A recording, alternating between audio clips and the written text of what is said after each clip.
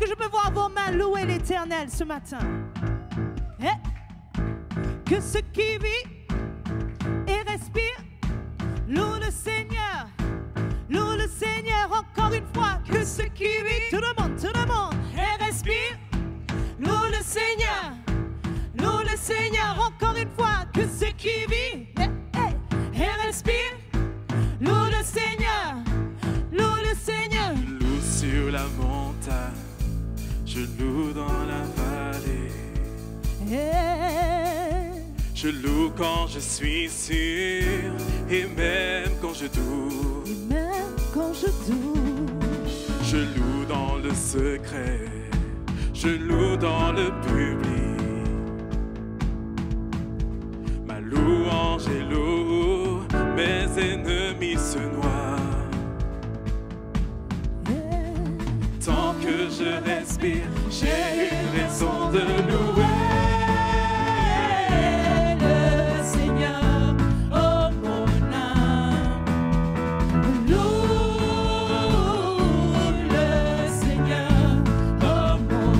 Ta fidélité est incomparable, nul n'est comme toi, mon Seigneur. Et grande est ta fidélité. Oh, ta fidélité est grande. Ta fidélité est incomparable. Nul n'est comme toi, mon Seigneur. Grande est ta fidélité. Déclare avec nous ce matin, ta fidélité est grande. Je veux t'entendre dire ta fidélité est incomparable. Mais nul n'est comme toi, mon Seigneur. Elle est tellement grande, Seigneur. Grande est ta fidélité. Grande est ta fidélité. Est-ce que tu peux acclamer ton Dieu ce matin? Est-ce que tu peux accueillir le Saint-Esprit dans ce lieu? Saint-Esprit, nous avons besoin de toi dans ce lieu. Oh, Ramamama Yeremeso.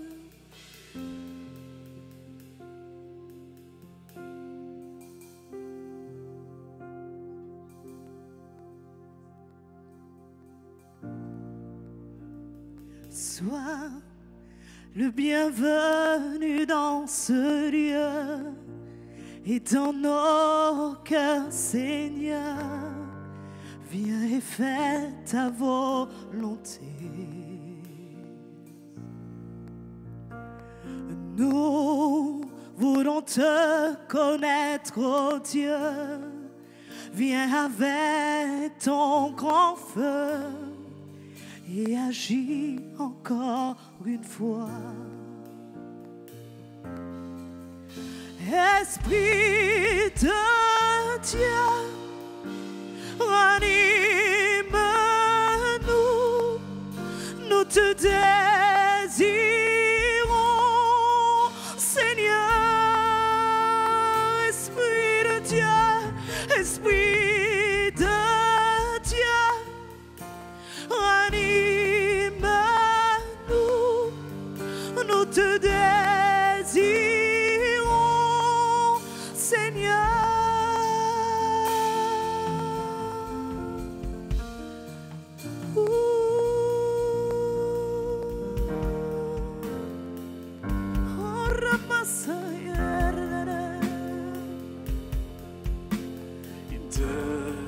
Devant ta gloire et ta majesté, nous savons que tu es là pour nous donner la liberté.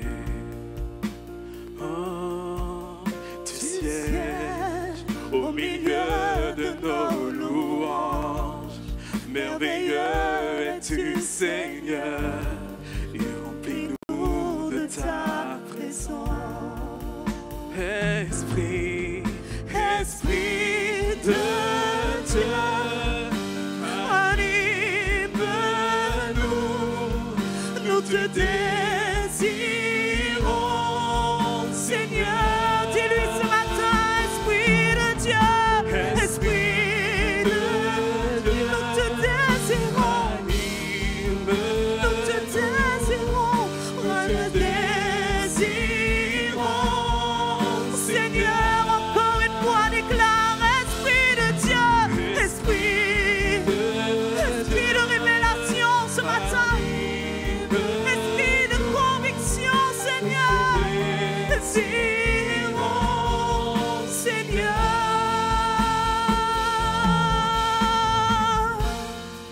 Oh, oh, Ramamassande Rebebessa. Nous te désirons, Jésus. Oh, Ramamamaya Rebessa, Ramamaya.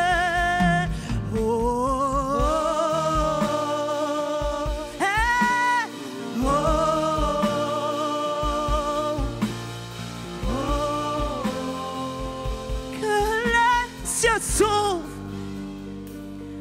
agis, Seigneur, que ton règne vienne, oh grand Dieu, et que les cieux s'ouvrent, agis, Seigneur, que ton règne vienne, oh grand Dieu. Que les cieux s'ouvrent, hey, agis, Seigneur, hey, que ton règne vienne, hey, oh grand Dieu, que les cieux s'ouvrent sous nous, que les cieux s'ouvrent, agis, Seigneur, que ton règne vienne.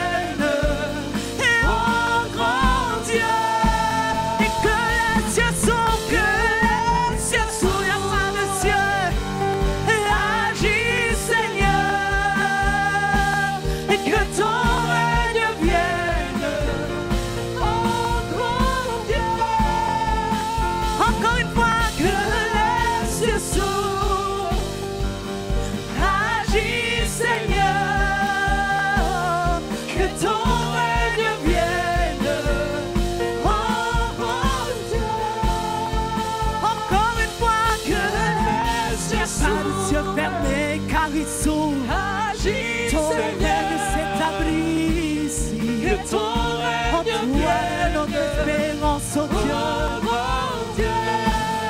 Oh mon Dieu, il n'y a pas de Dieu fermé, car il s'ouvre, agis, ton règne s'établit ici. Que ton règne vienne, oh grand Dieu. Il n'y a pas de Dieu fermé, il n'y a pas de ciel fermé, car il s'ouvre, ton règne s'établit ici. En toi est notre espérance, oh Dieu, oh grand Dieu, oh grand Dieu. Il n'y a pas de ciel fermé, car il s'ouvre, ton règne s'établit ici. En toi ce matin, en toi est notre espérance, oh Dieu, oh grand Dieu, oh grand Dieu.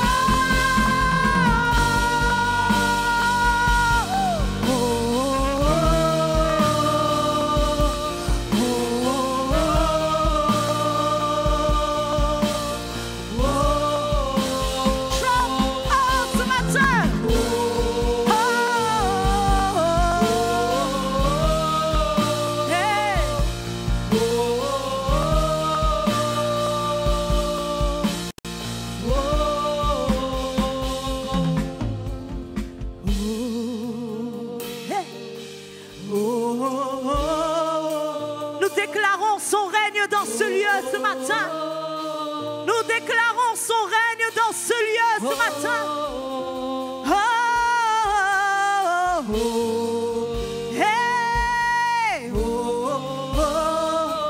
Aucun autre règne ce matin dans nos vies. Aucun autre règne dans nos cœurs ce matin.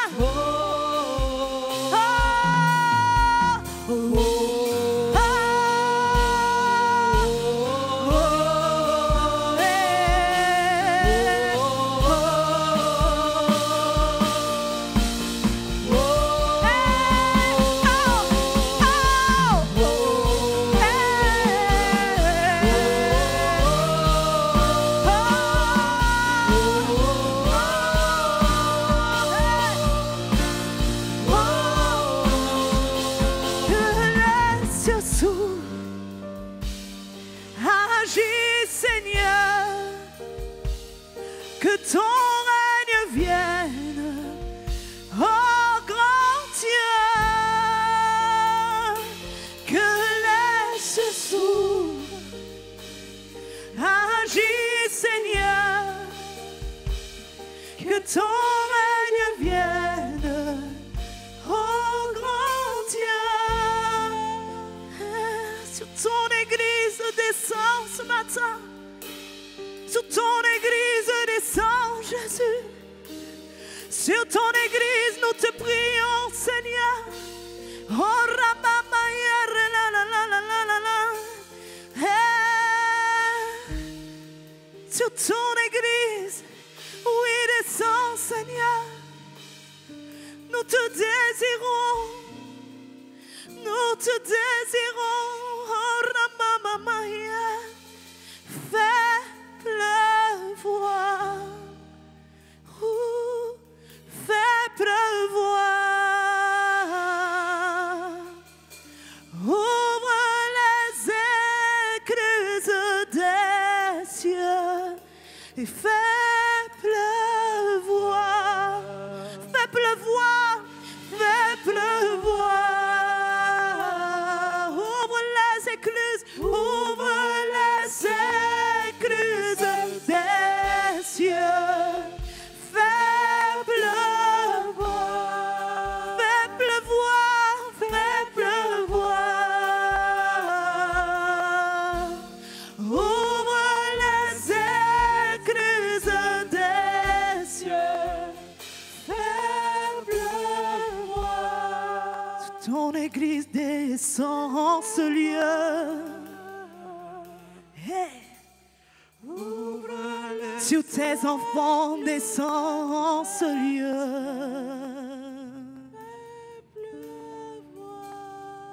Sur ton église, oui, descend en ce lieu.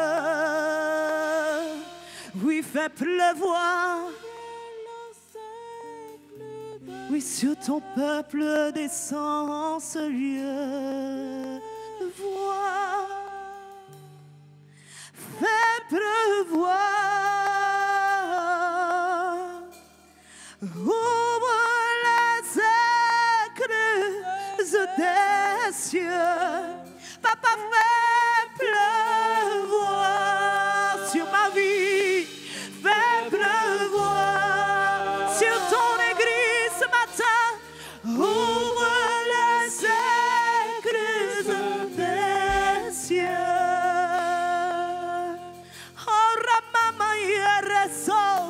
Élève ta voix ce matin et chante-lui un chant nouveau. Attends ton Dieu. Attends ton Dieu. Je t'adore Jésus. Hey. Je t'adore mon Dieu. Je t'adore Jésus. Oh grand Dieu. Je t'adore Jésus, je t'adore mon Dieu, je t'adore Jésus, oh grand Dieu, je t'adore Jésus, je t'adore mon Dieu, je t'adore Jésus, oh grand Dieu. Je t'adore Jésus, je t'adore mon Dieu, je t'adore Jésus, oh grand Dieu. Je t'adore Jésus, je t'adore mon Dieu, je t'adore Jésus, oh grand Dieu.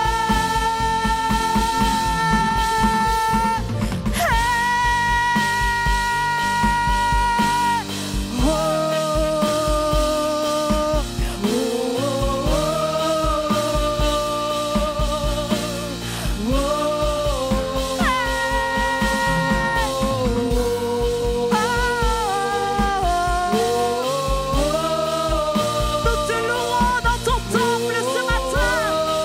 Nous t'adorons dans ton temple, Jésus. Pour ce cri de joie ce matin. Alléluia. Oh, ramamama.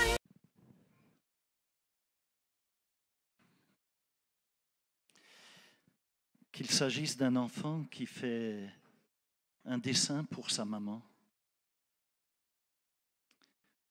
ou alors d'une maman qui cuisine des gâteaux pour les offrir à ses enfants.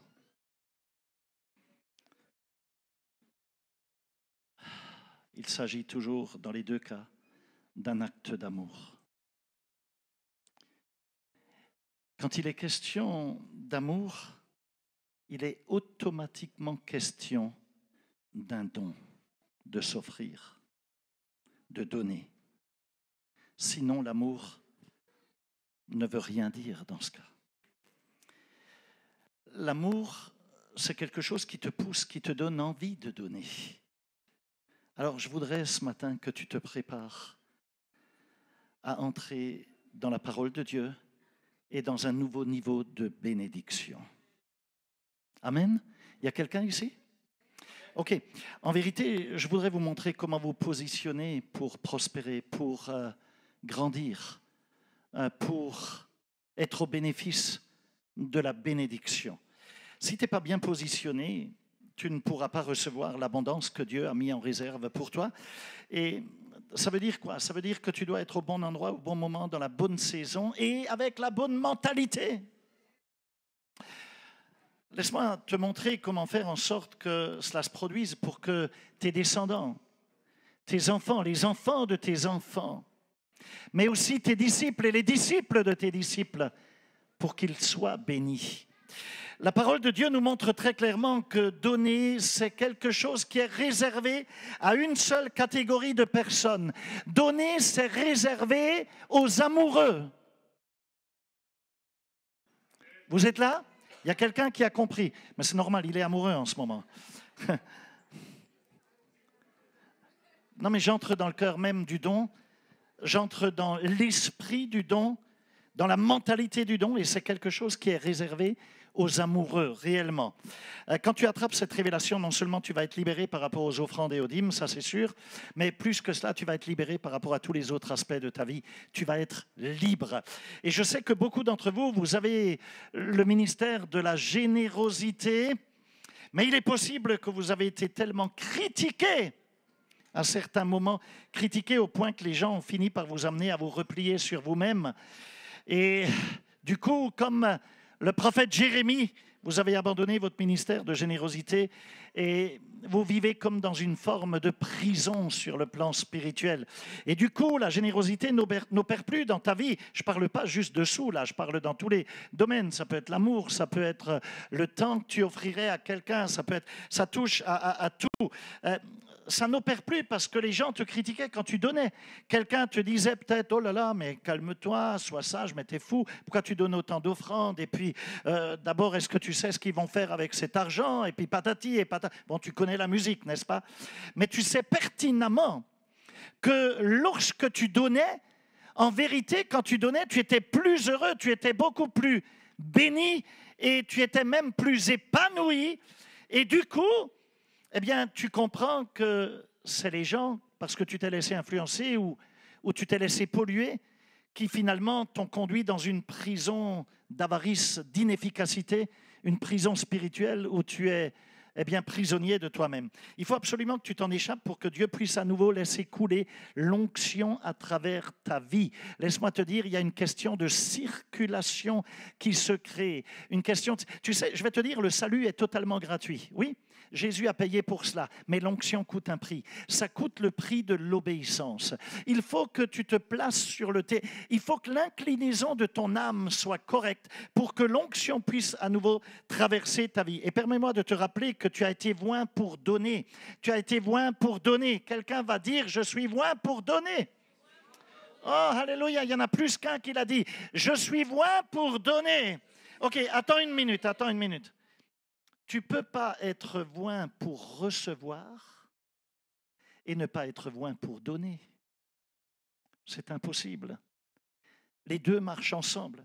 Si je te disais que tu es uniquement oint pour recevoir, là, tout le monde crierait Alléluia, lèverait même les pieds, plus que les mains. Oui, Seigneur, je suis oint pour recevoir. Donne.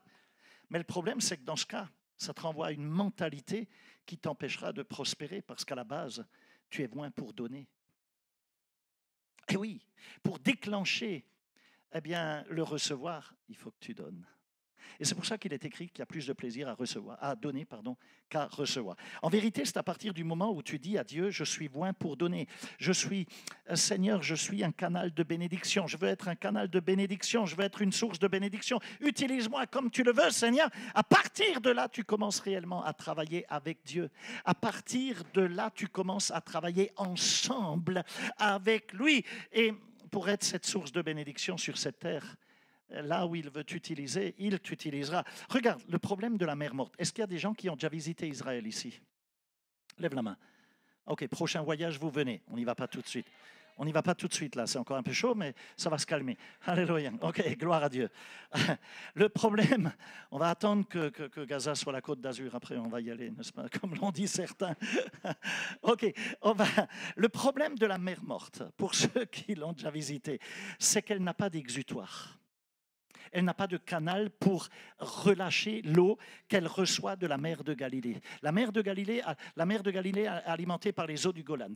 Ensuite, elle rejette l'eau. Elle a un exutoire qui lui permet de donner l'eau pour la déverser dans la mer morte. Mais la mer morte est une mer fermée. Et quand on n'a pas d'exutoire, on se remplit de rien d'autre que du sel. Le sel s'accumule et à ce moment-là, à cet endroit, plus rien ne pousse. C'est la mort. Et si d'une manière ou d'une autre, si tu n'avais, toi, pas d'exutoire, si on n'avait pas un orifice pour se vider, je ne veux pas être grossier, mais juste réaliste, si tu n'avais pas un orifice qui te permet de te vider, si tu continuais à manger, je pense, bon, j'irai pas plus loin que ça, parce que c'est pour éviter les odeurs. OK. Jean 3,16, lisons-le, on va l'afficher derrière moi. C'est pour ceux qui ne savent pas où ça se trouve dans la Bible pour que vous soyez pas mal. Comme ça, vous pourrez le lire sur l'écran. OK, Jean 3,16. Je sais que tu connais ce verset par cœur, mais je veux que tu le comprennes réellement. Et on va le lire à haute voix. C'est déjà affiché? Yes. En effet, je ne sais pas quelle version est affichée. Ah, car Dieu. OK, c'est là. On va prendre celle-ci, comme ça on est à l'unisson. Car Dieu a tant aimé le monde qu'il a donné son Fils unique, afin que quiconque croit en lui ne périsse point, mais qu'il ait la vie. On va le relire. Car Dieu a tant aimé le monde qu'il a donné son Fils unique, afin que quiconque croit en lui ne périsse point, mais qu'il ait la vie. Wouhou! Peut-être que tu penses que là, c'est une parole complètement dingue pour parler de dons, pour parler de dîmes, d'offrandes ou de choses pareilles. Mais je veux dire par là que, oui, parce que ce texte, on l'utilise habituellement pas pour parler de dons, non. Non, habituellement, pour les offrandes, on lit des passages comme Proverbe 3, 9 à 10, qui dit « Honore l'Éternel avec tes biens, avec les prémices de ton revenu, alors tes greniers seront remplis d'abondance et tes cuves regorgeront de mou. » Ou on utilise Malachie 3, 10, que vous connaissez également, « Apporte à la maison du Seigneur, à la maison du trésor, toutes les dîmes, afin qu'il y ait de la nourriture dans ma maison, mettez-moi ainsi à l'épreuve, et patati patata. » Ou alors on lirait aussi Luc 6, 38, qui dit « Donnez, il vous sera donné, on versera dans votre sein une bonne mesure serrée, secouée, qui déborde, on mesurera avec la mesure dont vous vous êtes servi, etc. » Ok, non, Jean 3,16, habituellement, on utilise ce passage pour enseigner le salut en Jésus-Christ, pour faire de l'évangélisation, pour amener les gens au cœur de Dieu. Mais soi-disant en passant, réfléchis, le principe qui se cache derrière le salut, je veux que tu comprennes que Dieu est tellement impliqué aussi à ce qui se convertit le dernier dans la vie d'un homme, son porte-monnaie. Il est tellement impliqué également dans les finances.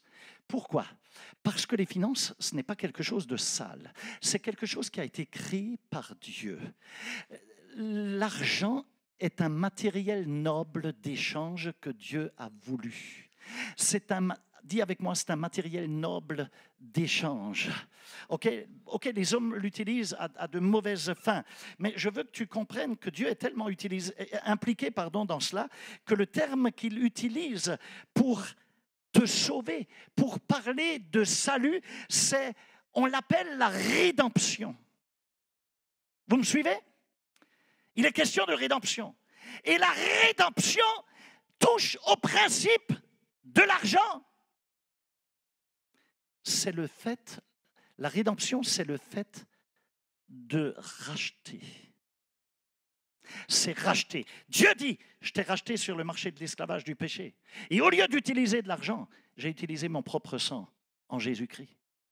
Je me suis donné moi-même. Je me suis livré. La parole a été faite chère. Et j'ai payé. J'ai versé mon propre sang pour payer.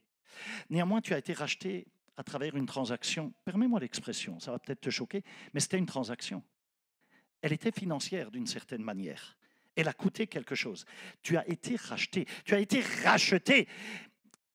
Dieu, quand tu as donné ta vie au Seigneur, c'est lui qui détient le titre de propriété de ta vie. Tu es devenu sa propriété privée. Tu n'appartiens plus aux ténèbres. De toute façon, il n'y a pas de no man's land. Il n'y a pas de vide spirituel. Ou tu es d'un côté ou de l'autre. Ou tu es dans le monde et sous la puissance des ténèbres. Le monde est couché sous la puissance du malin. Donc, ou tu appartiens au diable ou tu es à Dieu. Il n'y a pas d'entre les deux. Ou tu es d'un côté ou de l'autre. Et donc, ton corps ne t'appartient plus. Tu es le temple du Saint-Esprit. Tu as reçu le Saint-Esprit, qui est la garantie de ton rachat.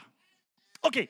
Selon le principe des Éphésiens, le Saint-Esprit, quelque part, il était l'acompte, ou si tu préfères, ce versement initial sur la possession achetée, c'est-à-dire sur ta vie.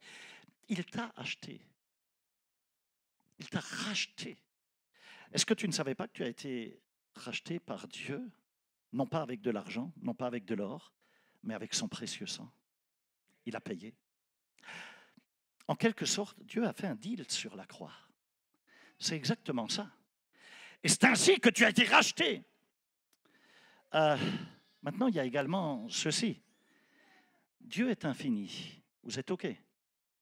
Vous me suivez? Ainsi, à l'infini, il t'a aimé. Il t'a aussi aimé avec une compassion infinie. Il s'est également donné de manière infinie. Il n'a rien retenu. Il a donné son Fils, son unique, afin que quiconque croit en lui ne périsse point, mais qu'il ait, on l'a lu, la vie éternelle. Donc, il t'a tant aimé. Mais il a aimé quoi? Il a aimé qui? Il a tant aimé le monde. Il a tant aimé quoi? Le monde. Et combien il les a aimés? À un degré infini.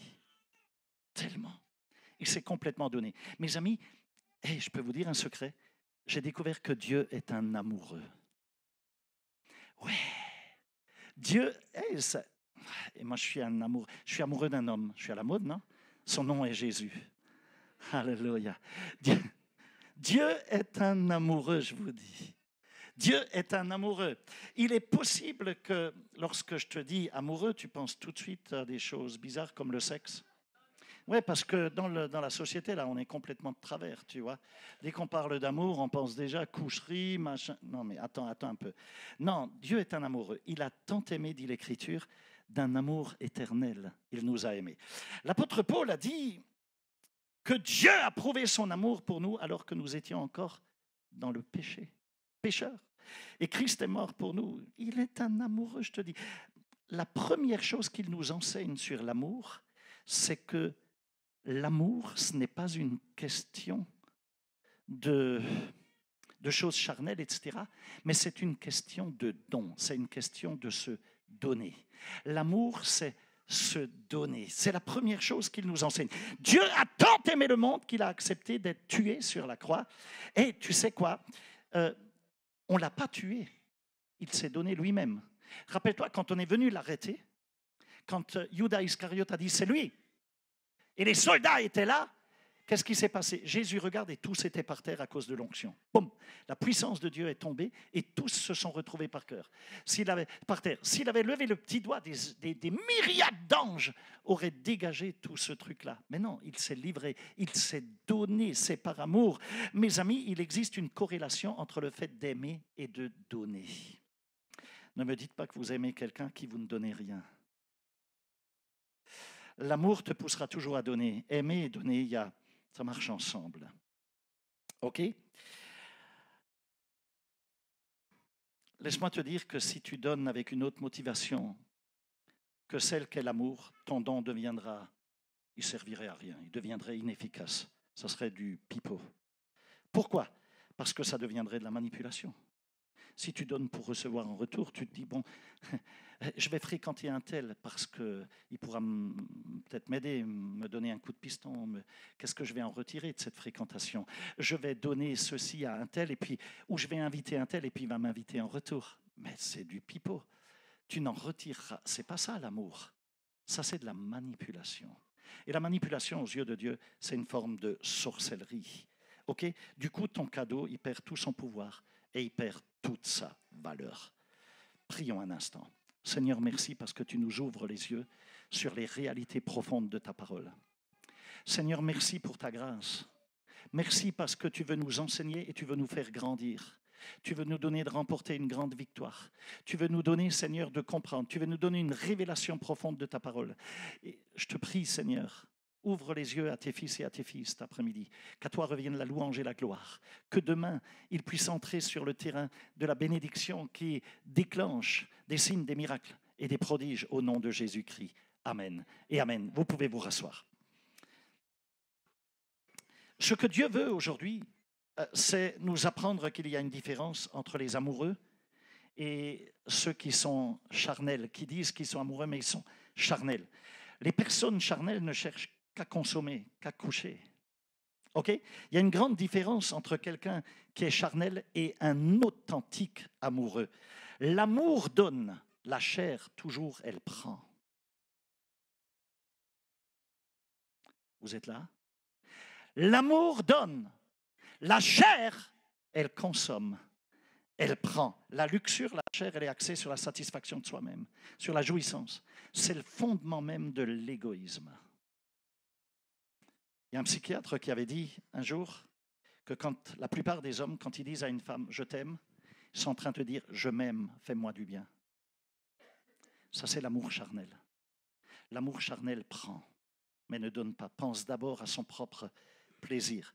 Dans Jacques chapitre 1er, verset 14, il est dit « mais chacun est tenté quand il est attiré et entraîné par ses propres désirs. Mais la chose est, crois-le ou non, mais la convoitise, ça s'épuise toujours. Ça termine toujours avec un goût amer. La convoitise, ça va toujours t'amener sur le terrain de l'ennui. Et tôt ou tard, tu finiras par dire « j'en ai assez de toi ». Dans une relation, si tu es que dans la convoitise et que ce n'est pas du vrai amour, tu vas finir par rejeter. Et c'est pour cela que beaucoup de mariages ne fonctionnent pas, parce qu'ils sont construits juste sur la convoitise. Et lorsque la fascination de la relation de convoitise commence à se fatiguer, parce que tôt ou tard, quand il y a trop de factures à payer, ça fatigue, ouais, eh bien, à ce moment-là, il n'y a plus rien pour maintenir le mariage, parce qu'il n'est pas fondé sur un vrai et authentique et profond amour. Je pourrais te prendre un exemple. Prends deux amoureux, où l'un est guidé par la convoitise et l'autre par un amour réel et authentique. Tous les deux, en apparence, ils peuvent très bien donner la même chose. Je dis bien en apparence. Mais ils vont donner l'un et l'autre avec une motivation différente, par le biais d'une motivation différente. L'un par amour, il se livre parce qu'il aime réellement, l'autre par convoitise pour en retirer quelque chose, pour manipuler. L'un s'épuisera, l'autre durera indéfiniment parce qu'il a construit sa relation sur un vrai amour, sur un amour qui se repose sur un principe supérieur, qui est le principe du cœur de Dieu. Vous me suivez? Vous êtes là? OK? De la même manière, tu peux avoir deux personnes qui donnent une dîme ou une offrande dans l'église. Ils vont le donner l'un à côté de l'autre et obtenir une réponse différente. Parce que l'un cherchera à voir si ça l'aidera à avoir son job, parce qu'il a un rendez-vous vendredi prochain avec un DRH, et il dit « Seigneur, je te donne une bonne offrande, mais tu me files le job, hein? » OK? Et l'autre va simplement dire « Seigneur, je t'aime de tout mon cœur. Que tu me donnes ce travail ou que tu ne me le donnes pas, ça ne changera rien à mon amour envers toi. Oh, tu es mon sauveur, sans toi je ne serais rien. Seigneur, tout ce que j'ai t'appartient. Tout ce que j'ai, et je suis heureux de te l'offrir. » Tu vois la différence? Il y en a un qui manipule, qui se dit « Je donne, mais en retour, je veux des dividendes. » Et l'autre qui dit « Non, simplement, c'est un acte d'amour. » Ces deux disciples, quand tu les vois, tu ne peux pas le savoir ce qu'il y a dans le cœur. Ils vont agiter l'enveloppe de la même manière. Ils vont présenter la carte sur le terminal de la même manière. Les deux vont crier « Alléluia » ensemble. Ils font la même chose, mais ils le font avec une motivation et pour des raisons différentes. Vous êtes là? Je voudrais que tu comprennes bien que Dieu ne pèse jamais les raisons pour lesquelles tu accomplis ces choses. Jamais, jamais. Dieu regarde les motivations de ton cœur. Il regarde au cœur. Ce qui l'intéresse, c'est ton caractère, plus que tout le reste. Parce que ce que tu emmèneras un jour dans le ciel, ce qui restera un jour, ce n'est pas ton corps, c'est ton caractère. Ce n'est pas tout ce que tu as fait montrer aux autres pour te faire voir ou autre. Non, non, non, non, non. C'est ton caractère. Comprends bien que Dieu n'est pas impressionné par nos actions. Mais par contre, tu peux l'impressionner à travers une bonne attitude de cœur, à travers une bonne motivation de cœur. Et c'est ce qui fait que tu vas ou être béni ou maudit. Je pose la question. À ce sujet, Dieu ne maudit jamais. Dieu n'est qu'un Dieu d'amour. Mais parce que tu viens avec une mauvaise motivation, tu te maudis toi-même. Ce n'est pas Dieu. Tu te rends hors circuit, hors jeu. Je pose la question. Est-ce que dans ton cœur, dans tes motivations, tu serais dans la luxure, dans une forme de convoitise? Ou est-ce que tu es dans la manipulation, donc? Ou est-ce que tu es un vrai amoureux? Dieu veut que tu vives dans l'amour, et je le crois parce que regarde ce qui s'est passé dans le Jardin d'Éden. Tu y vois le plan de Dieu pour l'homme. Le Jardin d'Éden, c'est juste incroyable. Tu prends le premier livre des Écritures.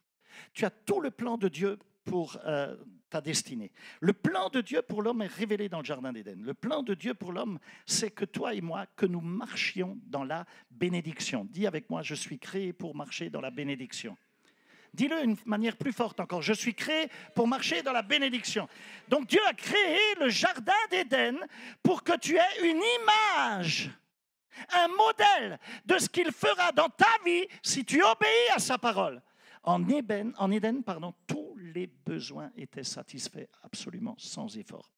Tu sais, je vais te dire, si chaque bénédiction que tu reçois, c'est une bénédiction pour laquelle tu es obligé de bosser, de travailler, c'est que tu n'as toujours pas compris ce que je suis en train de t'expliquer là. Écoute, Dieu veut t'amener dans un endroit, sur un terrain où les bénédictions te parviennent, où les portes s'ouvrent, où les bénédictions, où la faveur de Dieu vient et sera sur ton chemin. Un lieu où les bénédictions, où l'abondance vont t'être données. Un lieu où tu ne mangeras pas ce pourquoi tu as travaillé peut-être. Un lieu où tu seras au bénéfice de bénédictions qui te parviennent viennent de sources inattendues, de gens tu t'y attendais pas, etc.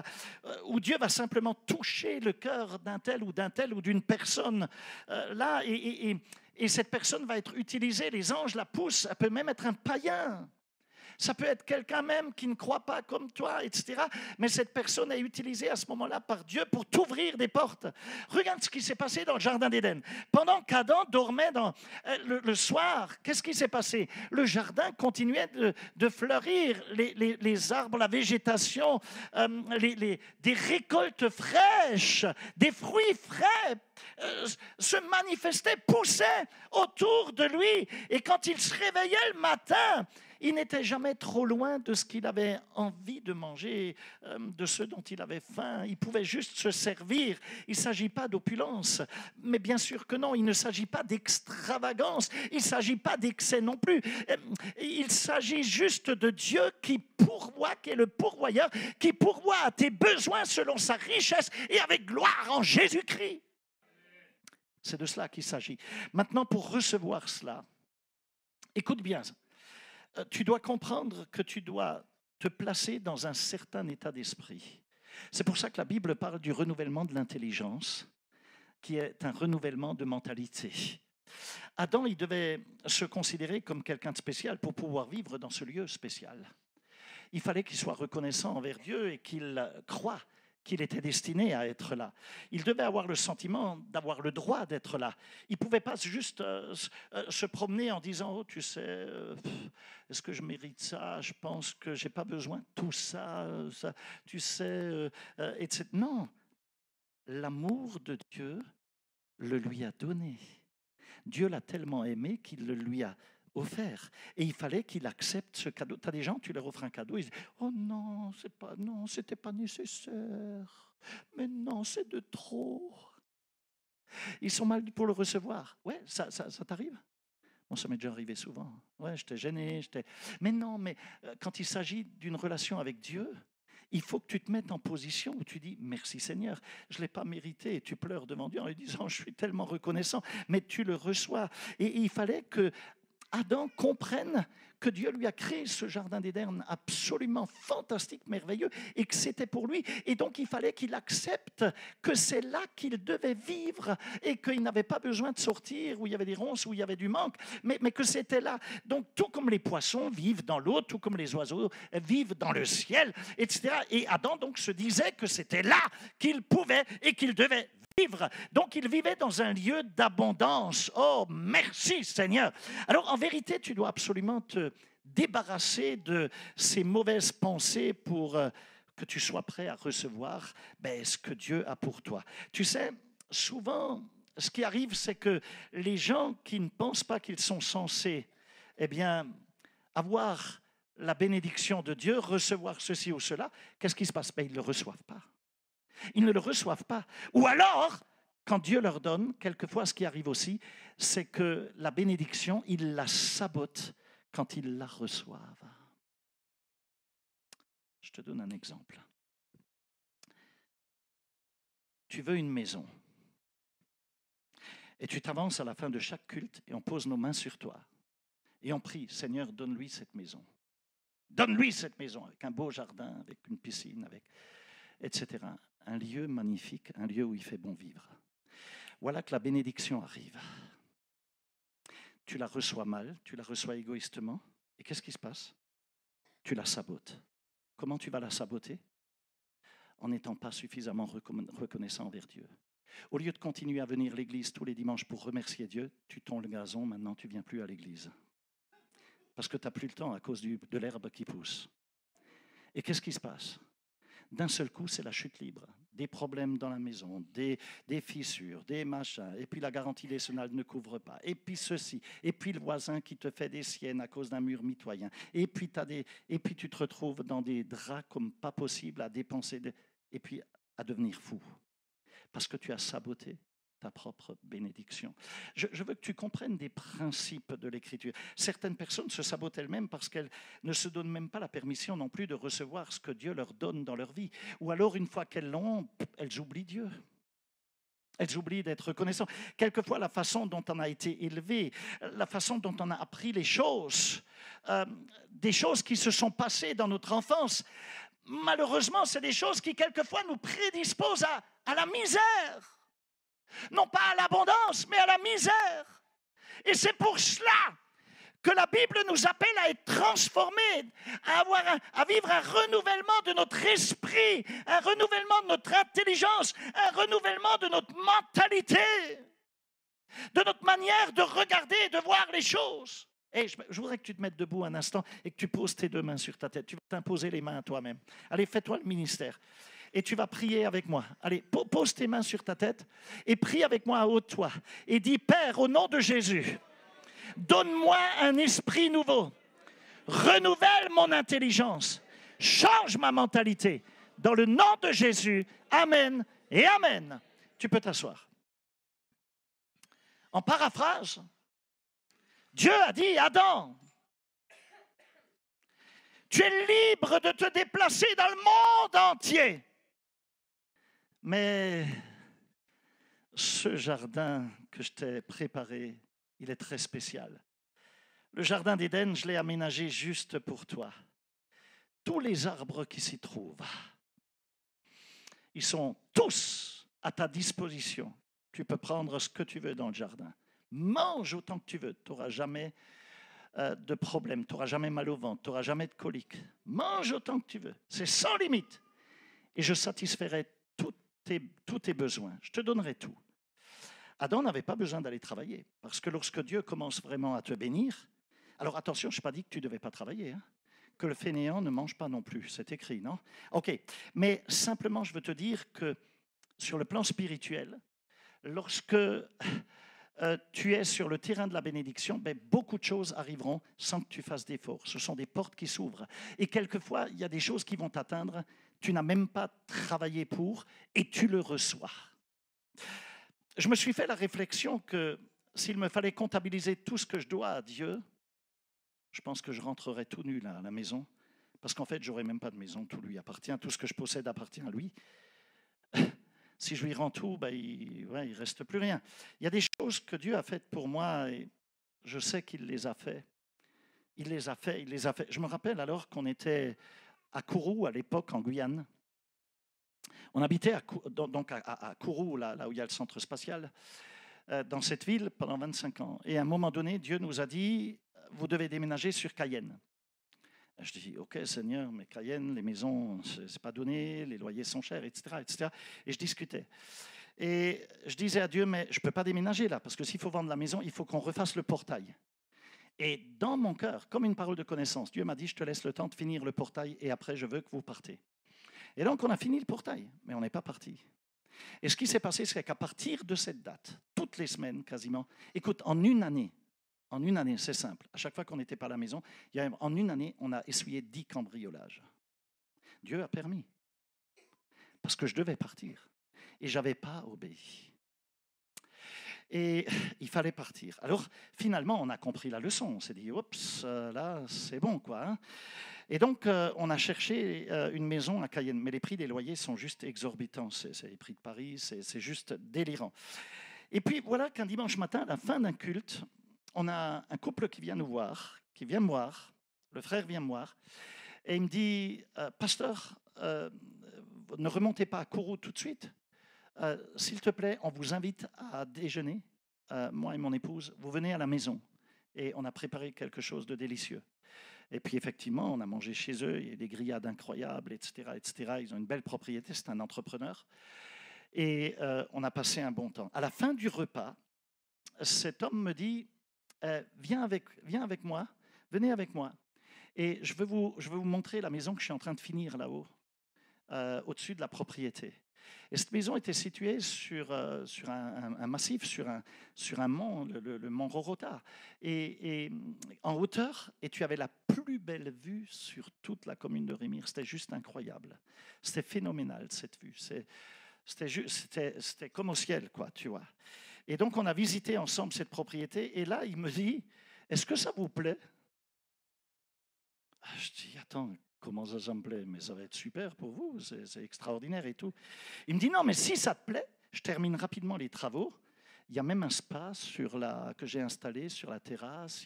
J'ai encore des belles vasques à mettre. J'ai ceci, cela. La cuisine aménagée, etc. Et il me dit, si ça vous plaît, la maison, elle est à vous. Vous êtes chez vous gratuitement ici. Waouh! Écoute bien. On a séjourné dans cette maison pendant plus de 12 années. Même l'électricité et l'eau étaient payées.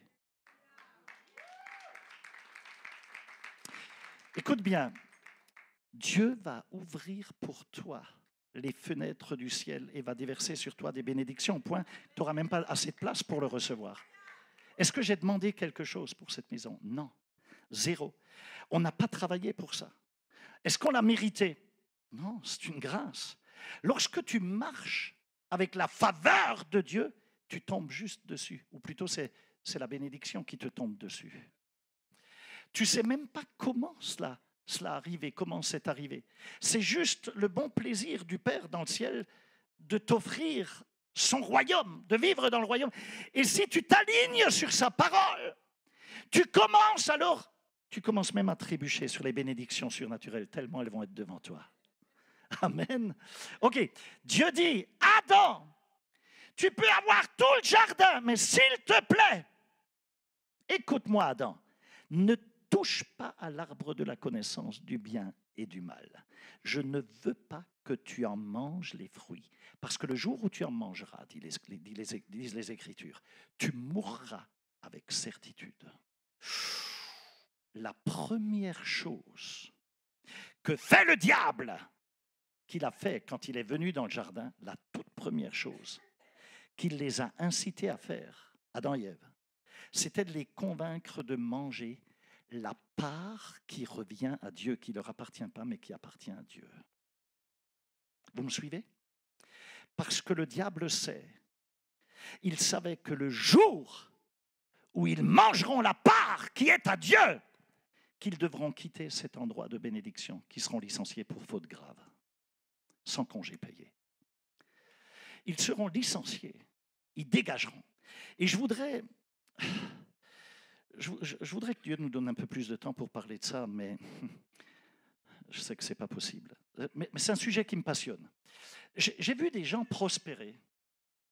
Et souvent, j'ai eu l'impression, pendant que les autres prospéraient, d'avoir été laissé pour compte. Je me suis dit, mais moi j'aime le Seigneur comme eux, autant qu'eux. Et je me suis souvent demandé, mais Seigneur, quand viendra mon heure pour que tu me bénisses? Je sais ce que c'est la frustration. Je l'ai souvent vécu. Je sais ce que c'est les moments difficiles. Quand tu commences à voir si tu n'as pas un pantalon dans l'armoire ou tu n'as pas oublié de la monnaie dans la poche, par hasard. Je sais ce que c'est le paiement d'une facture en retard. Mais j'ai fini par comprendre une chose, que tôt ou tard, et c'est de notre responsabilité, il faut briser cette chaîne de ténèbres et entrer dans sa destinée que Dieu nous a ouverte. Donc Dieu dit, Adam, je ne te maudirai jamais. Je ne peux pas le faire, je suis un Dieu d'amour. Je suis un Dieu de bénédiction, pas de malédiction. Mais si tu manges de cet arbre, en paraphrase, tu te maudiras toi-même. Ce n'est pas moi qui va le faire, c'est toi-même. Parce que manger de cet arbre te fera perdre ta place sur le terrain de la bénédiction. C'est une très bonne affaire. Dieu a dit, tu peux manger de tout, tout t'appartient, sauf celui-ci. Mais tous les autres, oui. Cet arbre, c'est la façon, dit Dieu, Adam, où tu vas m'exprimer ton amour en le respectant, en me le laissant, c'est ma part. Adam, témoigne-moi de ton amour.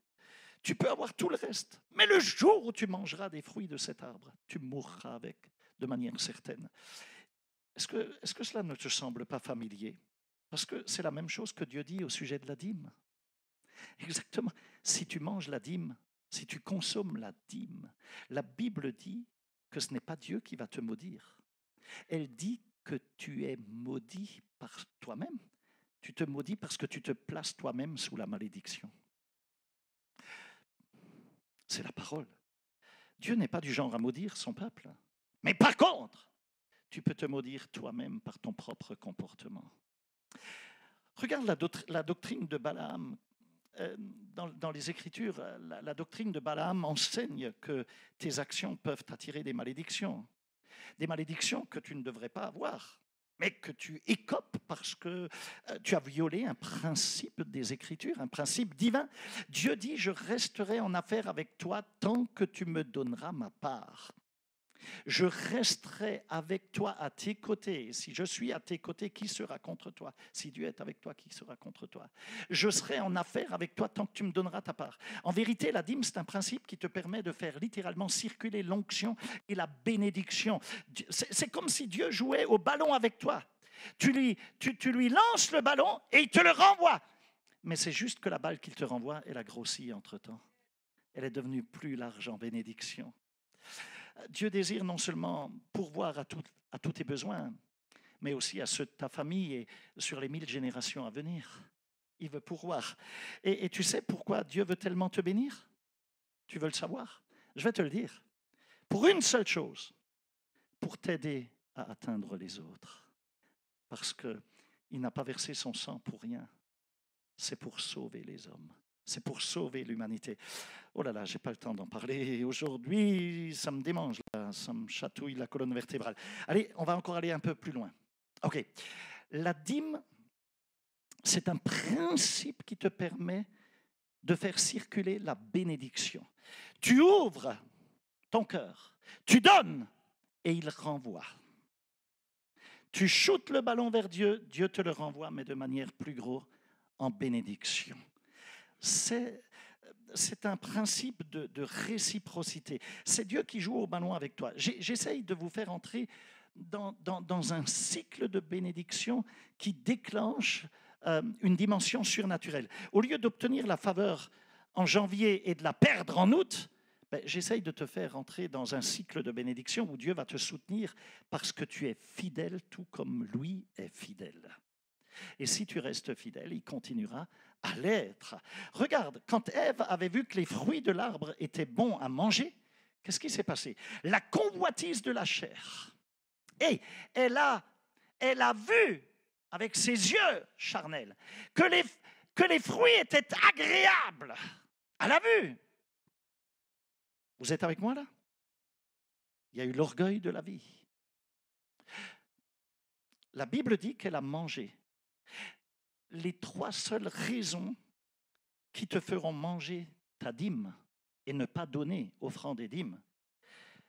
Je vous ai montré toutes les raisons déjà de ne pas les manger. Les 3 seules raisons qui te poussent à la manger, à ne pas donner, c'est la convoitise de la chair, la convoitise des yeux et l'orgueil de la vie. C'est ça. Cherche pas plus loin. Et c'est pour cela que Dieu dit « aime ». Sois dans une disposition d'amour. Il s'agit d'aimer. N'aime pas le monde. Il s'agit d'aimer, mais pas d'aimer les choses qui sont du monde. Car celui qui aime le monde n'a pas l'amour du Père. Et donc Dieu veut que tu lui prouves ton amour par ton obéissance. Ève, la femme, elle en a mangé et immédiatement, qu'est-ce qui s'est passé? Instantanément, dès qu'elle a touché à cela, parce que c'est la part qui revient à Dieu, elle s'est retrouvée dans la confusion. Ensuite, elle va en donner à son époux, à Adam. Et il a mangé. Et il est tombé. Et quand il est tombé, nous sommes tombés avec lui. On est tombé dans un état de péché, dans ce qu'on appelle le péché originel qui nous colle à la peau, même quand on vient au monde. Un bébé déjà a cela en lui. Il y a déjà cette méchanceté, cette rébellion dans le cœur du bébé. Regarde, un bébé est capable de faire une colère au sein d'une maman. Dans les classes de maternelle, on se marche dessus, on se griffe, on se mord et tout. Il faut leur apprendre à être correct envers l'autre. Tu n'as pas besoin de leur apprendre à être méchant. C'est en nous, c'est dans la nature humaine. On est tombé dans un état de péché en mangeant la part qui appartient à Dieu, avec les conséquences qu'on connaît. Et ce n'est pas étonnant que dans le livre de Malachie, Dieu est en colère et qu'il dit « Vous m'avez volé, toute cette nation m'a volé, vous êtes maudits ». Dieu est en colère. Si tu lis la Bible, ils ont fait toutes sortes de conneries, mais incroyables. Ils étaient polygames à l'époque. Ils se sont laissés aller à des dérives sexuelles complètement débiles. Il n'y a rien de nouveau sous le soleil, mes amis. Ils se sont empêtrés dans toutes sortes de choses. Et Dieu les a pardonnés. Ils étaient idolâtres. Et Dieu les a encore pardonnés. Et Dieu dit, vous êtes maudits par une malédiction liée à la dîme. Tout le reste était pardonné, ils n'étaient pas maudits à cause de leurs conneries, à cause de leurs péchés, à cause des méchancetés, à cause de leurs déviations sexuelles, à cause de tout ce que tu voulais. Ça ne les a pas maudits, Dieu les a pardonnés. Mais parce qu'ils ont touché à ce qui appartient à Dieu, à l'arbre qu'il ne fallait pas toucher, ils se sont maudits eux-mêmes. Pourquoi ? Parce que ce que tu vois dans Malachie, ce n'est que le reflet de ce qui s'est déjà passé dans la Genèse. Ce n'est que le miroir qui renvoie à ce qui s'est passé dans la Genèse. Et c'est peut-être ce qui se passe dans ta propre vie. Je ne sais pas. Tu manges peut-être la part qui revient à Dieu à cause de la convoitise de la chair, à cause de la convoitise des yeux, à cause de l'orgueil de la vie. Ouais, mais alors si je donne, je ne peux plus m'acheter ça ou ça ou ça. Ouais, et tu ignores à quel point Dieu a été bon pour te donner tout le reste. Et que tu risques gros parce que tu peux tout perdre.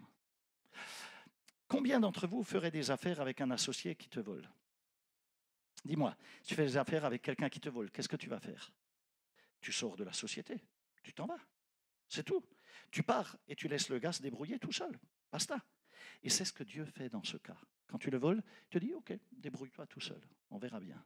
Mais si tu n'as plus la bénédiction, qu'est-ce que tu fais ? Vous me suivez là ? Je prie pour que l'huile de l'onction tombe sur ta tête, sur ta barbe, sur tes vêtements. Je prie pour que l'huile de l'onction t'ouvre ton entendement. C'est tellement important. Pourquoi est-ce que tu ne ferais pas une offrande comme jamais tu ne l'as fait jusque-là ? Tu ne peux pas avoir une récolte importante si tu ne sèmes pas suffisamment. Cet après-midi, tu peux expérimenter la bonté et l'amour de Dieu, tout comme sa puissance. Tu dois ensemencer une offrande spéciale, plus importante que ce que tu avais pensé donner au départ. Ouais, mais je voulais m'acheter des nouvelles pompes. Ouais, mais tu en as déjà 10 dans le placard des paires.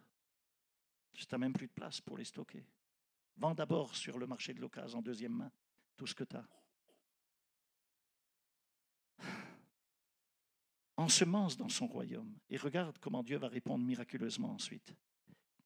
Et il en est capable, j'en suis témoin. Je te garantis, on a fait des expériences dans notre vie, c'est juste débile. Quand je raconte ce qui nous était arrivé, et même aujourd'hui, je te le raconterai une autre fois, avec l'appartement qu'on occupe, c'est juste incroyable. Dieu a toujours été le pourvoyeur. Je ne pourrais pas financièrement. Et il a été le pourvoyeur. Je le sers, il paye.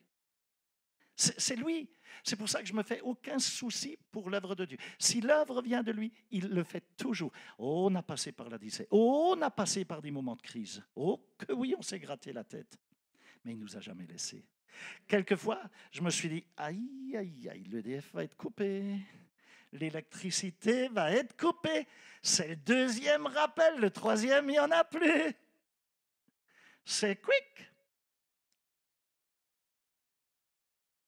L'argent est rentré.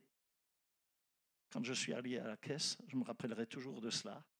Je veux déposer la somme qui correspondait également exactement à la facture qui commençait à gonfler parce qu'il y en avait deux en réalité qui se sont mis ensemble. Tu vois, ils ont été cléments.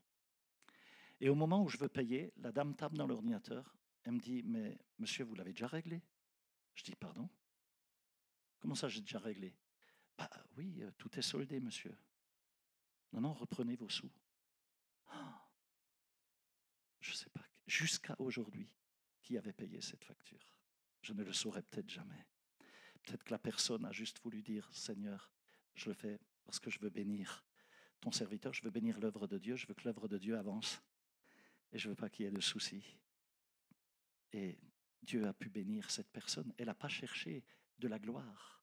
Elle n'a pas cherché même de la reconnaissance humaine.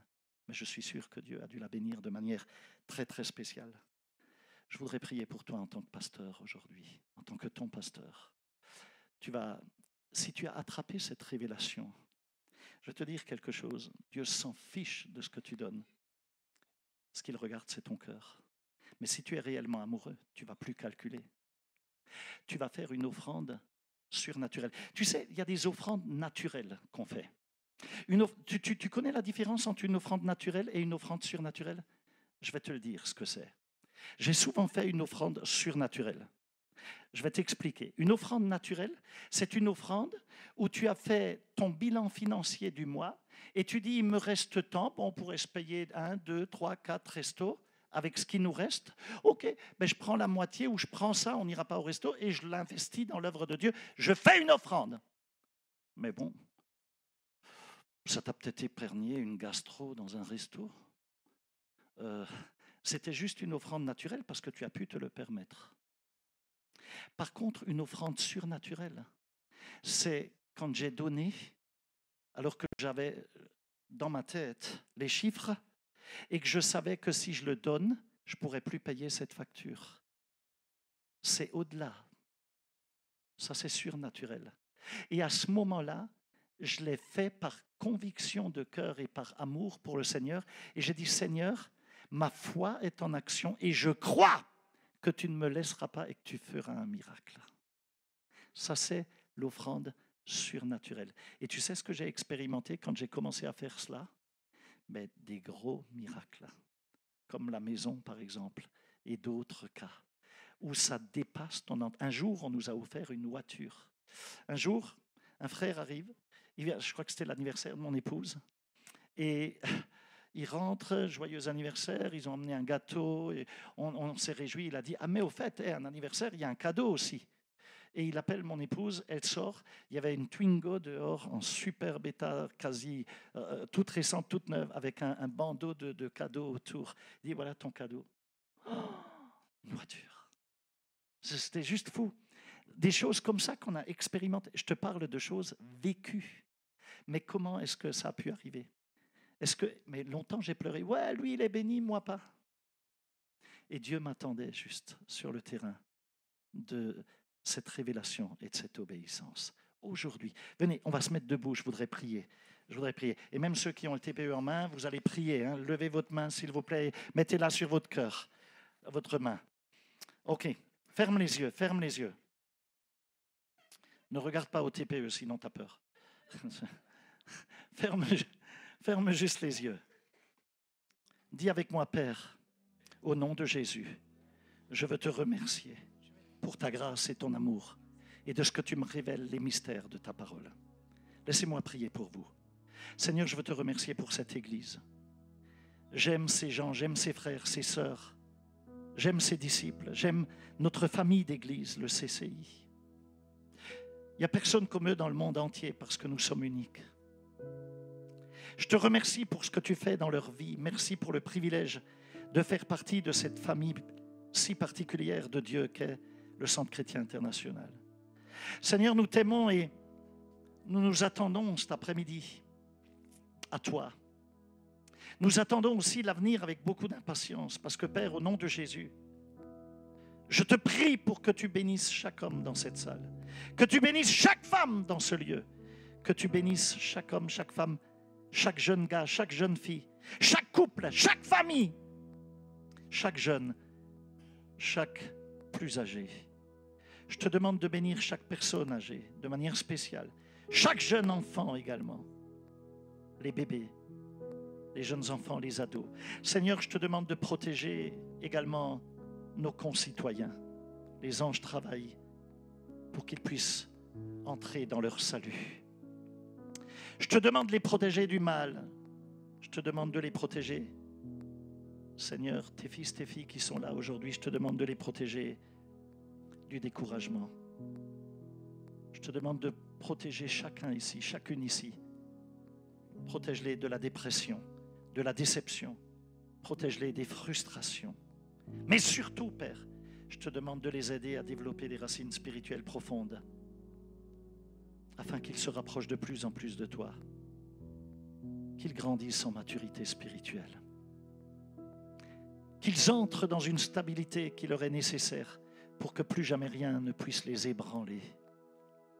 Qu'aucune circonstance, qu'aucun vent de travers, qu'aucune mauvaise économie, que rien ne leur enlève leur joie, que rien n'enlève et vienne saboter leur foi, que rien ne puisse leur enlever leur amour pour toi et aussi leur amour pour leurs semblables, pour les autres. Je te demande de bénir les emplois et les carrières de chaque personne ici. Je prie, Seigneur, cet après-midi pour qu'ils réussissent, non pas pour leur propre égoïsme ou bénéfice, pour leur propre orgueil, mais pour qu'ils puissent être une authentique source de bénédiction pour le monde. Seigneur, permets-leur, s'il te plaît, d'aider les autres. Je te demande de les protéger dans leur santé. Je te demande de protéger leur esprit, leur émotion, leur cœur. Bénis-les spirituellement en leur donnant de nouvelles perspectives. Bénis-les émotionnellement avec de la joie surnaturelle, avec une paix qui surpasse leur intelligence et avec de l'amour qui coule directement du ciel. Bénis leurs relations. Seigneur, que ceux et celles qui veulent se marier, que cela se fasse cette année encore. Il y en a qui disent Amen.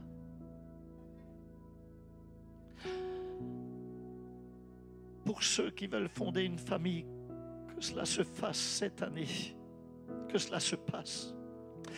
Seigneur, il est vrai que nous ne connaissons pas forcément ta volonté dans chaque situation, mais nous savons que tu nous as dit de demander, et parce que nous demandons en retour, nous recevons. Alors au nom de Jésus et pour chacun et chacune ici, je te demande, Seigneur, de répondre à leurs besoins, d'exaucer leurs prières, d'entendre leurs demandes. Sois sensible à leurs besoins, Seigneur. Oh Père, au nom de Jésus, je suis ton ami. Je t'aime. Je te demande de le faire, non pas à cause de moi, mais bénis-les à cause de Jésus, à cause de ce que Jésus a accompli sur la croix. Merci d'avoir été, oh Père, Jésus, un modèle de générosité pour nous tous. Un modèle de générosité que nous ne pourrons jamais égaler. Jamais, jamais on y arrivera. Garde ta tête toujours inclinée avec les yeux fermés. Et je voudrais parler à des personnes qui peut-être sont là. Si vous n'avez jamais invité Christ dans votre vie, si vous n'avez jamais reçu Jésus dans votre cœur,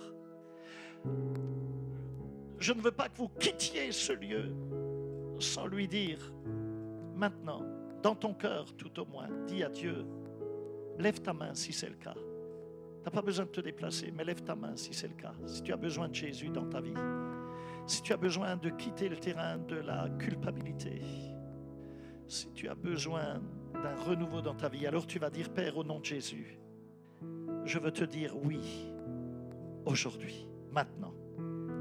Je ne comprends pas tout, mais je t'ouvre mon cœur, entre dans mon cœur, entre dans ma vie. Et je veux apprendre à te faire confiance et à t'aimer. Je veux te suivre. Je te demande de m'accepter dans ta famille, Seigneur. Et toi, le diable, je ne veux plus rien avoir à faire avec toi. Je déclare qu'au nom de Jésus-Christ, je suis la propriété privée de Dieu. Dis-le simplement dans ton cœur et il le fera. Dis-lui, Seigneur, rends-moi semblable, tous les jours plus semblable à toi. Aide-moi à être généreux dans tous les domaines de ma vie. Dis-lui, Seigneur, je veux être un donateur et non quelqu'un qui ne fait que prendre. Et je sais qu'en donnant, c'est toi qui vas me bénir avec abondance en retour. Je m'attends à des miracles. Je veux que tu m'utilises pour ta gloire. Utilise, s'il te plaît, Seigneur, notre Église ici pour accomplir le destin de notre nation. Je te le demande au nom de Jésus-Christ. Je vous aime tellement. Lorsque j'étais tout jeune converti, je me rappelle, j'avais tout au début chanté ce chant souvent. Te ressembler, Jésus. Je ne suis pas sur la bonne note, certainement. C'est mon désir suprême. penser, agir, aimer, toujours plus comme toi. Qui c'est qui se rappelle de ce chant? Eh punaise, vous êtes connectés sur Radio Nostalgie, mes amis. C'est vieux, ça. C'est vieux d'il y a 37-38 ans en arrière. C'est le début de ma conversion. Allez, donne-moi la bonne note, frère. Come on, Fred. La buona nota. La buena nota. Oh, alléluia. Te ressembler, Jésus. Maintenant, c'est lui qui doit aller sur la bonne note. C'est mon espoir suprême. Penser, agir, aimer, toujours plus comme toi. Te ressembler, Jésus. Oh, alléluia. C'est mon espoir suprême.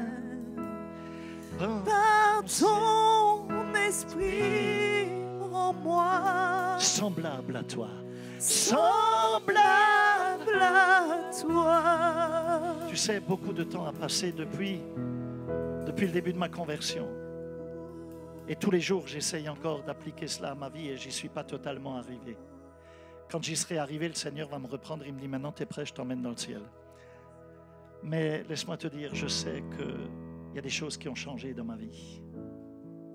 Au début, il a fallu que le porte-monnaie se convertisse. Et quand il s'est converti, après, on a toujours donné. Dès qu'on a, on donne de toute façon. Tu sais quoi?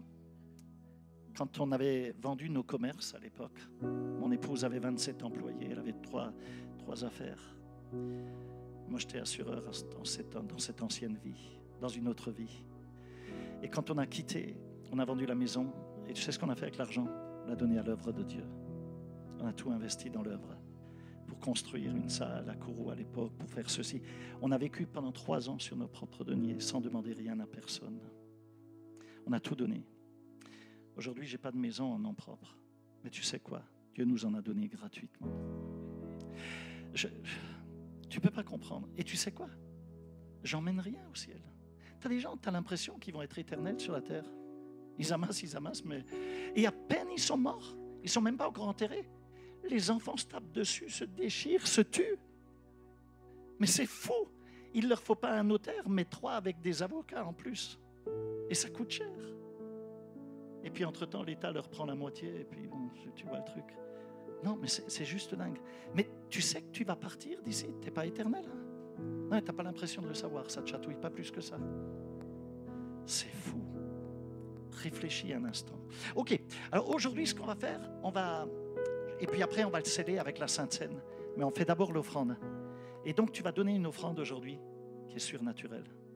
Tu vas dire, Seigneur, le seul passage dans les Écritures, c'est le livre de Malachie. Mettez-moi ainsi à l'épreuve, dit le Seigneur. Pour aucune autre promesse, Dieu dit, mets-moi à l'épreuve. Jamais, jamais, jamais.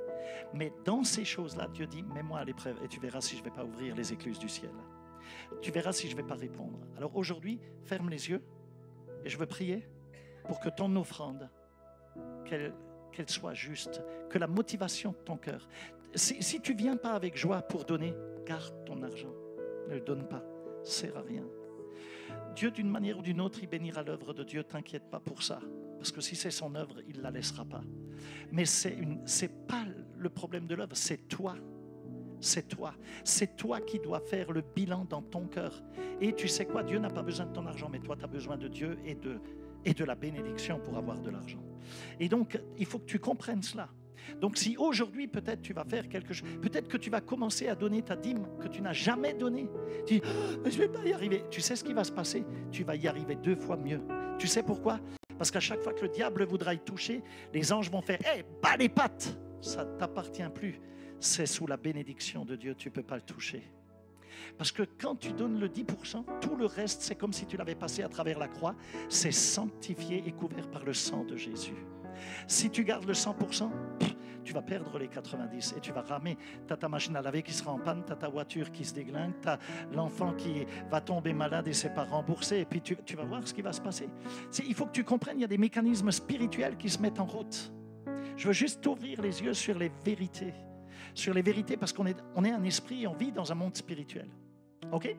Alors ferme les yeux, je veux prier pour toi. Père, en cet instant, tu parles à chacun dans son cœur. Et chacun donne comme tu l'as résolu dans son cœur. Seigneur, tu leur amènes une profonde conviction et une révélation surtout de ta parole. Que la révélation les aide à entrer dans leur bénédiction. Regarde, tu veux te marier, ma sœur, mon frère. Si tu n'apprends pas à être généreux avec Dieu, tu n'auras pas ton mari et ta femme. Tu sais pourquoi? Parce que si tu rentres dans le mariage avec de l'égoïsme, tu vas tuer ce gars ou cette femme.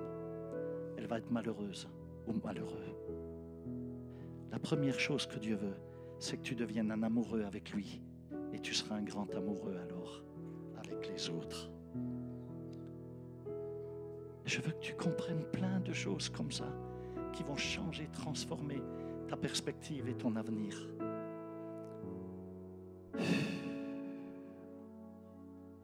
T'imagines, tu donnes aujourd'hui et tu dis ouais mais je vais manquer. Et Dieu dit maintenant tu vas le rencontrer, ton amoureux. Et imagine qu'il soit banquier.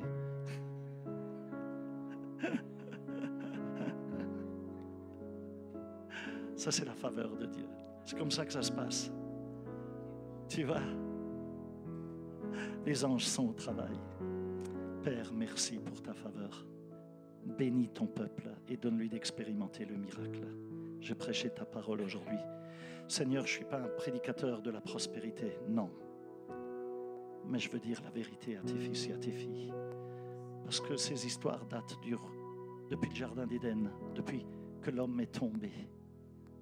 Et Seigneur, tu nous as destinés à être, tu nous as rachetés pour qu'on puisse vivre d'une vie, et pas que d'une simple vie de survie, mais d'une vie avec abondance. C'est toi qui nous le dis dans ta parole. Alors on veut l'expérimenter, qu'à toi revienne la gloire et la louange. Au nom de Jésus-Christ. Soyez bénis. Amen et amen. Vous pouvez donner votre offrande. Pendant ce temps, l'équipe de louange va apprendre un chant. Et ensuite, on va sceller cela avec le repas du Seigneur, avec la Sainte Seine. OK? Donc ne pars pas. Tu vas prendre le pain et le vin derrière. C'est très puissant. Gloire soit rendue à notre Dieu. Commande la louange.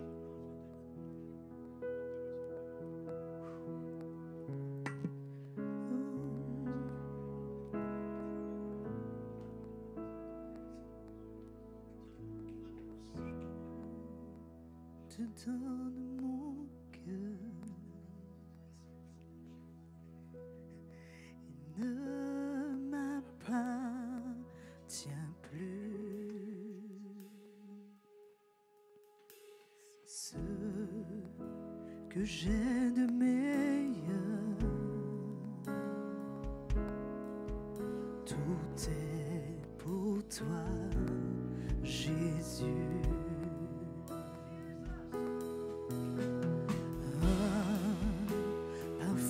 De valeur sur toi est répandu.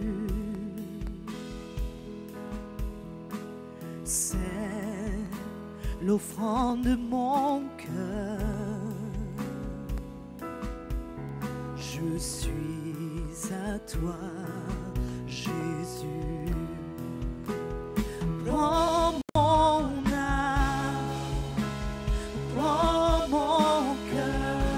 je te donne tout. Je te donne tout.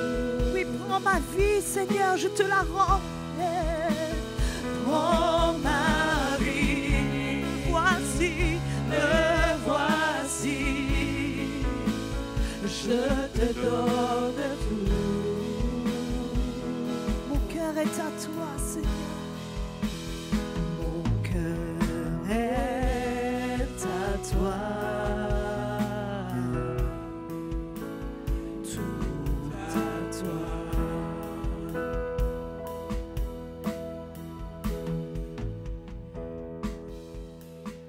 Je te donne mon cœur, il ne m'appartient plus.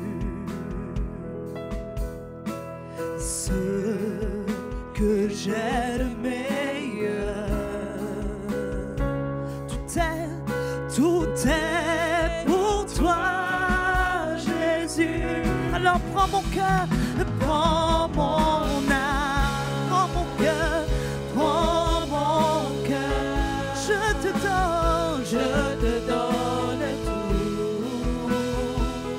Prends ma vie, Jésus, et prends ma vie.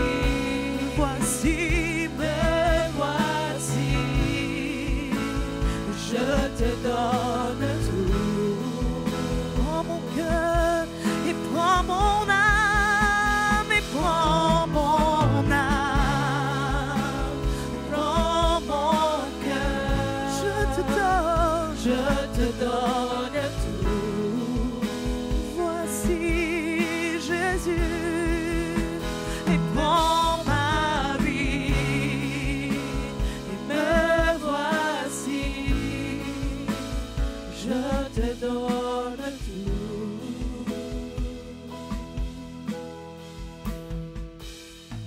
Mon cœur est à toi. Tout à toi.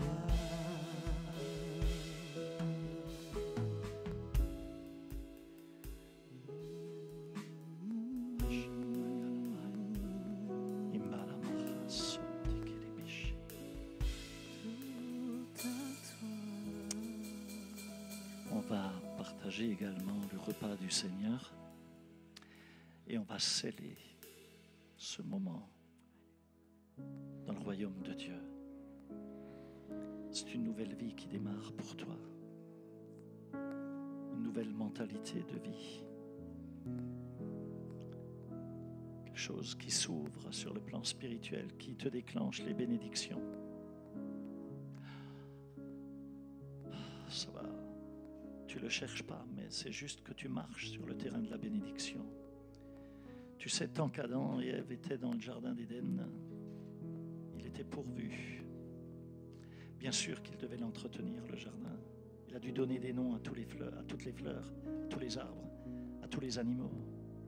Oui, il avait quelque chose à faire. Celui qui ne travaille pas, qui ne mange pas non plus. Mais tout était pourvu avec cette abondance de Dieu. Et tu sais, une fois qu'ils ont été mis dehors, c'est là qu'ils se sont rendus compte que dehors, il pousse des ronces, des mauvaises herbes, et que c'est difficile. Quand il ensemençait, les mauvaises herbes étouffaient la semence, et au lieu de récolter le 100%, ou de manière multipliée ce qu'il a ensemencé, ce qu'il récoltait, c'était qu'une partie. Et il fallait qu'il rame, c'était de la survie. C'était excessivement dur. Qu'est-ce qui s'est passé quand ils ont eu des enfants, Adam et Ève? Parce qu'ils n'étaient plus sur le terrain de la bénédiction. Un frère a tué l'autre, Caïn a tué Abel. Premier meurtrier sur cette terre, dans la première famille de la terre. Parce qu'ils n'ont pas tenu compte du principe de Dieu dans le jardin, parce qu'ils ont désobéi. C'était terrible. Et Caïn va ensuite être comme un SDF, à être dans les rues et à faire de la survie, à subir. Mais Dieu ne veut pas qu'on vive comme ça. Il veut nous ramener sur le terrain de la bénédiction. Et c'est pour ça que il faut que tu comprennes que le sang de Jésus nous a rachetés. Il faut que tu comprennes que sans effusion de sang, il n'y a pas de pardon. Et c'est pour cela que non seulement ce principe, il faut l'appliquer, mais plus que cela, il faut que tu aies part à la croix. Il faut que tu t'identifies à la croix. Ce n'est plus toi qui vis, c'est Christ qui vit à travers toi. Et donc tu prends le pain et le vin qui représentent son corps qui a été brisé et son sang qui a été versé. et tu scelles cela dans ton cœur, dans ta vie. Et cet engagement que tu as pris aujourd'hui à être fidèle dans ta dîme, dans les offrandes, pour ne pas manger la part qui revient à Dieu, mais pour que la bénédiction soit là, eh bien tu le scelles avec le sang de Jésus. Mais tu scelles, en vérité, je te l'ai dit au début de cet enseignement, non seulement tu vas être libre par rapport à ça, parce qu'on n'en parle pas beaucoup ici, parce que c'est pas... On n'est pas une église qui prêche l'évangile de prospérité. On veut prêcher la vérité, ce n'est pas la même chose. Et donc ça ne nous intéresse pas de parler que de ça. Mais parce que tu le sais, et que tu le mets en pratique, et parce que tu le scelles avec le sang de Jésus, ben la bénédiction, elle circule à travers toi. L'onction circule à travers toi. Je te l'ai dit, c'est une question de circulation d'onction et de bénédiction. Tu comprends? Et si tu as compris ça, alors tu es libre aussi dans tous les autres domaines de ta vie. Pas que dans ce domaine-là, mais dans tous les autres domaines. Merci Seigneur. Quelqu'un va prier pour le pain et quelqu'un va prier pour le vin. Pasteur Annick, j'ai besoin de toi. Ne pars pas. Tu vas prier pour le pain. Amen. Seigneur, merci parce que tu es le pain de vie. Et aujourd'hui, Seigneur, nous nous approchons de cette table. C'est une table où il n'y a aucune famine, Seigneur. Il y aura toujours ce pain de vie que tu représentes parce que ton corps a été labouré, parce que, Seigneur, ta vie a été tellement meurtrie à la croix, Seigneur, qu'aujourd'hui, Seigneur, tu nous offres encore les bénéfices de l'œuvre de la croix aujourd'hui, Seigneur, pour nos vies, pour que nous puissions remporter des victoires, pour que jamais nous ne manquions de ce pain de vie, pour que jamais nous ne manquions de la provision, Seigneur.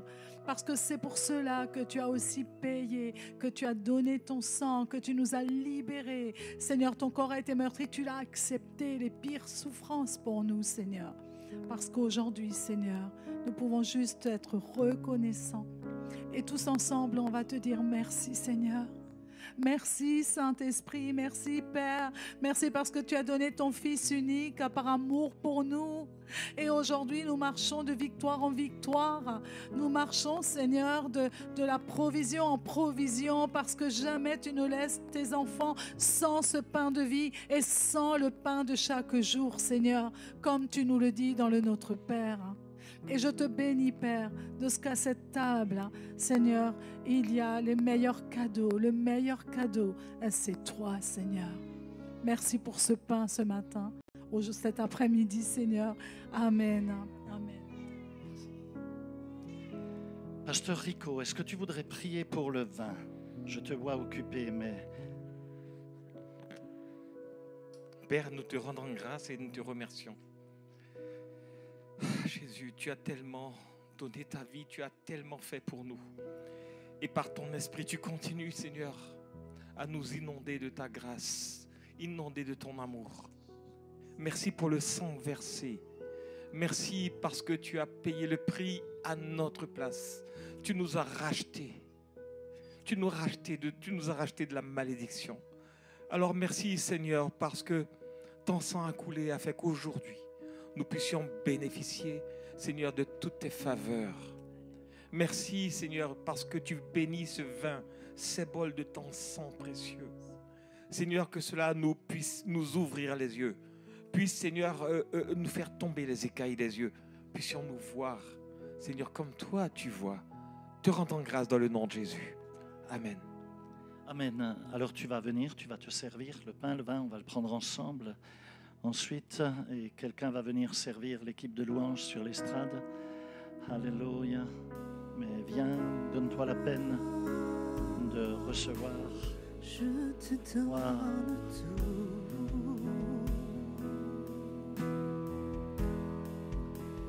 Prends ma vie, me voici. Je te donne tout. Prends mon âme, Jésus, prends mon âme, prends mon cœur, je te donne tout. Oh,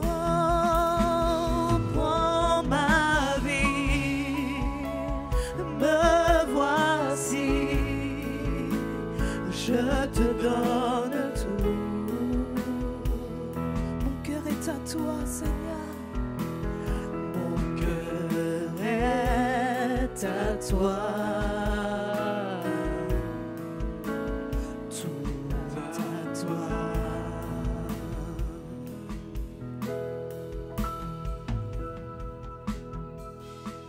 Je te donne mon cœur,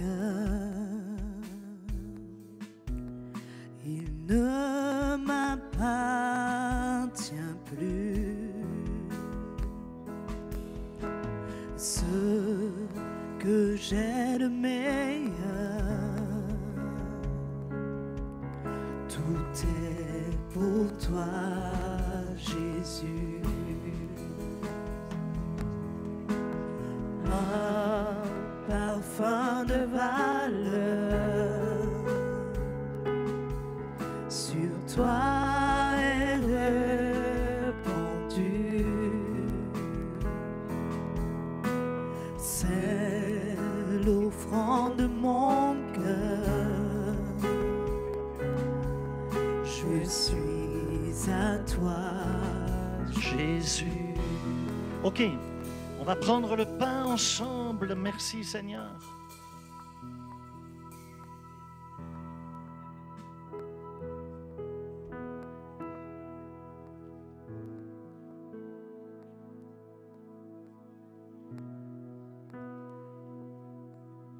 Merci Jésus.